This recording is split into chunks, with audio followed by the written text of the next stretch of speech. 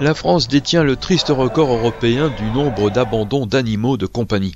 Chaque année, près de 100 000 animaux sont abandonnés, dont 60 000 durant l'été.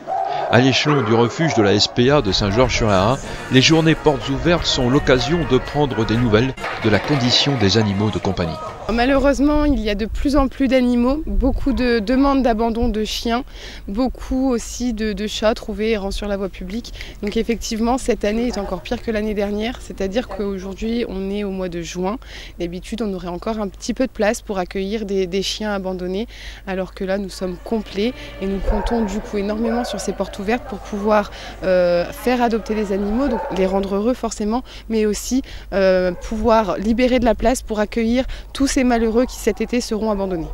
Si 2021 était une année record des abandons, la crise que nous traversons avec son phénomène inflationniste a également des effets délétères sur la condition des animaux de compagnie.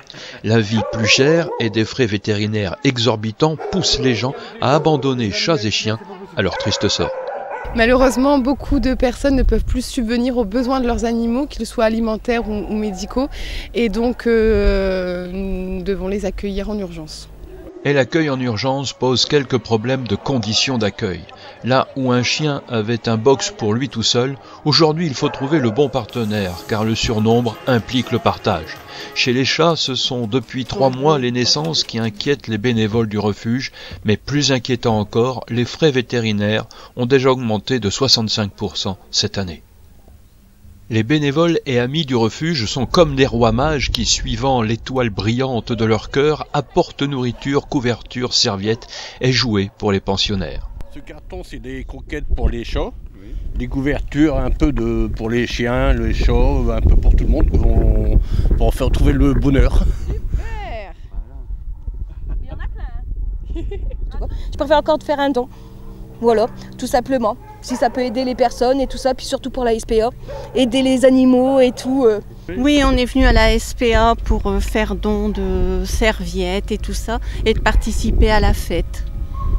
Voilà. Désormais, pour lutter efficacement contre le fléau des abandons, les candidats à l'adoption d'un animal de compagnie doivent remplir et signer une semaine avant l'adoption un certificat d'engagement et de connaissance. Depuis le mois d'octobre, effectivement, il y a un certificat d'engagement, un certificat de connaissance à signer, à faire signer aux futurs adoptants, qui explique les conditions d'adoption, qui explique aussi ce qu'est avoir un animal au quotidien, toutes les choses à prévoir au niveau budget, au niveau alimentaire, pour le développement de l'animal. Ce certificat est à signer 7 jours avant l'adoption, ce qui permet aussi un délai pour bien réfléchir et un délai du coup de rétractation de 7 jours. Au-delà de ces 7 jours, la famille peut revenir au refuge et adopter son animal. C'est précisément le parcours suivi par Clémence et son compagnon. Ils sont à la fin de la période de préadoption de Matrix. On nous a expliqué qu'en fait on avait un délai de 7 jours à respecter, donc on signe un papier avec un tas d'informations sur l'adoption d'un chien. Plusieurs conditions qui expliquent qu'un chien c'est comme un enfant, il faut s'en occuper et pas l'abandonner. Ça nous laisse le temps de venir aussi, donc lui rendre visite, on peut venir lui faire une balade de temps qu'on veut, tous les jours, et ça nous permet surtout de bien préparer l'arrivée de l'animal à la maison. Je pense que c'est mieux, surtout que les gens, des fois c'est des caprices pour les enfants, hein, que là ça laisse vraiment les gens pendant 7 jours de réfléchir, de peser le pour et le contre, pourquoi on prend un animal, oui on peut le prendre, non on peut pas le prendre. Voilà qui devrait réduire l'effet animal bien de consommation jetable. Les animaux ne sont pas des objets ou des jouets, ce sont des êtres vivants, doués de sentiments et d'affection. Les abandonner, c'est une vraie blessure dont ils ne se remettent que difficilement. Pensez-y.